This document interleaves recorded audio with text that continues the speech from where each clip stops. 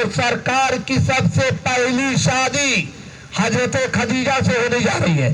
وہ بھی 25 سال کے نوجوان جب مکہ میں چلا کرتے تھے تو لوگ دیکھ دیکھ کر اپنے بچوں کو ڈانٹا کرتے تھے, ذرا محمد کا چلنا تو دیکھو, محمد کا اٹھنا تو دیکھو, محمد کا بیٹھنا تو دیکھو, اتنا خوبصورت بچہ آج تک ہم نے مکے کی سرزمین پہ نہیں دیکھا. اللہ اکبر. پہلی مرتبہ سرکار نے حضرت خدیجہ کا مال لے کر تجارت کے لیے جانے کے لیے تیار ہو گئے. حضرت خدیجہ بڑی امیر عورت تھی, ان کی بڑی اچھی حویلی تھی, بڑا اچھا مکان تھا. ان کے یہاں سے لوگ جاتے تھے, مال کو اٹھاتے تھے اور تجارت کرتے تھے, بیچتے تھے. آدھا نفع اپنے لیتے تھے, آدھا خدیجہ پہ دیتے تھے.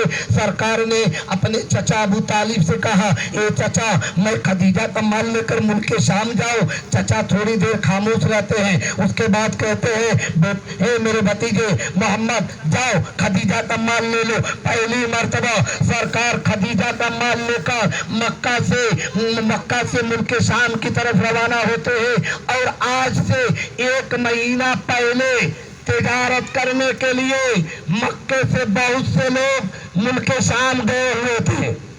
1 مہینہ پہلے سارے لوگ مال لے کر بیٹھے ہوئے تھے, کسی کا مال بکا ہوا نہیں تھا. 1 مہینہ ہو گیا. جب میرے آقا مکے سے ملک شام پہنچتے ہیں تو ان کو جگہ اسے جگہ ملتی ہے, ایک سوکھے درخت کے پاس اپنے مال کو رکھ دیتے ہیں. تو دیکھنے والوں نے کیا دیکھا کہ تھوڑی ہی دیر میں اس درخت پہ گھنے پتے لگ جاتے ہیں. جب بازار لگتا ہے اور بازار جب زوروں پہ آتا ہے تو سب سے پہلے محمد بن عبداللہ کا مال بکتا ہے, اور انہی کی برکت سے سارے لوگوں کا مال بک جاتا ہے. اللہ اکبر. جب قافلہ ادھر سے روانگی ہونے لگی, ادھر سے آنے کا ارادہ ہوا تو کسی طرح مکہ میں اطلاع پہنچ گئے کہ آج سے جو 1 مہینہ پہلے جو قافلہ ملک شام تجارت کرنے کے لیے گیا تھا وہ آ رہا ہے. تو کوئی چھت پہ نکل گئے, کوئی راستے پہ آ گئے کہ آج میرے باپ آ رہے ہیں, کوئی کہہ رہا ہے کہ میرا بھائی آ رہا ہے, کوئی کہہ رہا ہے کہ میرا چچا آ رہا ہے. حضرت خدیجہ کہتے ہیں کہ میرے دل میں بھی خواہش ہوئی, لاؤ میں بھی دیکھ لوں کہ محمد آ رہے ہیں کہ نہیں آ رہے. حضرت خدیجہ کہتی ہے میں اپنے مکان کے چھت پہ چلی گئی تو میں کیا دیکھ رہی ہوں کہ تجارتی قافلہ آ رہا ہے, اس میں سب سے اونچے محمد دکھائی دے رہے ہیں. سارے لوگوں پہ جو دھوپ پڑ رہی ہے ان کے اوپر بادل کا ایک ٹکڑا سایہ کرتا ہوا چل رہا ہے. حضرت خدیجہ کو بڑی محبت پیدا ہوئی, حساب و کتاب ہوا, آدھا نفع اپنے لیتے ہیں, آدھا نفع حضرت خدیجہ لیتے ہیں. چند ہی دن بیتتا ہے, حضرت خدیجہ نے نکاح کا پیغام بھیج دیا. اللہ اکبر. سرکار دو عالم صلی اللہ تعالی وسلم کی طرف سے ان کے چچا ابو طالب آتے ہیں اور حضرت خدیجہ کی طرف سے ورقہ بن نوفل آتے ہیں, نکاح کر دیا جاتا ہے. اللہ اکبر. بتانے کا میرا مقصد یہ ہے کہ 40 سال کی بیوہ سے سب سے پہلی شادی حضرت خدیجہ کی ہو رہی. حضرت خدیجہ کو 40 سال کی بیوہ ہے اور 25 سال کے قریب جوان میرے آقا صلی اللہ علیہ وسلم ہے. یہ اپنے امتیوں کا یہ درس دے رہے ہیں کہ تم عورتوں کو جب دیکھنے جاؤ تو ان کے حسن کو نہ دیکھو, ان کے سیرت کو دیکھو, ان کے کردار کو دیکھو, ان کے دین کو دیکھو. اگر عورت دیندار ہے تو اس کو عورت دیندار ہے تو تم رشتہ طے کرو اور اپنے بیٹے کا عقد کر دو. اللہ اکبر. یہ میرے آقا صلی اللہ علیہ وسلم نے نمونہ ہمیں دیا ہے. ہمیں انہی کے نقش قدم پہ چلنے کے لیے بتایا گیا ہے. ہم دنیا میں اسی لیے پیدا کیے گئے. ہم دنیا میں جو بھی کچھ کرتے ہیں لوگ سمجھتے ہیں کہ ہم دنیا میں جو بھی کچھ کرتے ہیں اس کی کچھ پکڑ ہونے والی نہیں. 2 فرشتے ہیں, ایک فرشتے کرامن ہے, دوسرے فرشتے کاتبین ہے. آج ہماری نیکیاں بھی لکھی جا رہی ہے, آج ہماری برائیاں بھی لکھی جا رہی ہے. یہ میزانے یہ دفتر تیار ہو رہا ہے. آج ہم دن بھر میں کتنی الٹی سیدھی باتیں بولتے ہیں, ہم کتنا گناہ کرتے ہیں. کبھی ہمیں توبہ کرنے کی توفیق نہیں ہوتی کہ ہم دنیا میں آئے ہیں تو یہ سچ سوچتے ہیں کہ ہم جو کچھ کر رہے ہیں اس کا کوئی حساب نہیں بالکل نہیں, بلکہ پروردگار عالم ذرے ذرے کا حساب لے گا.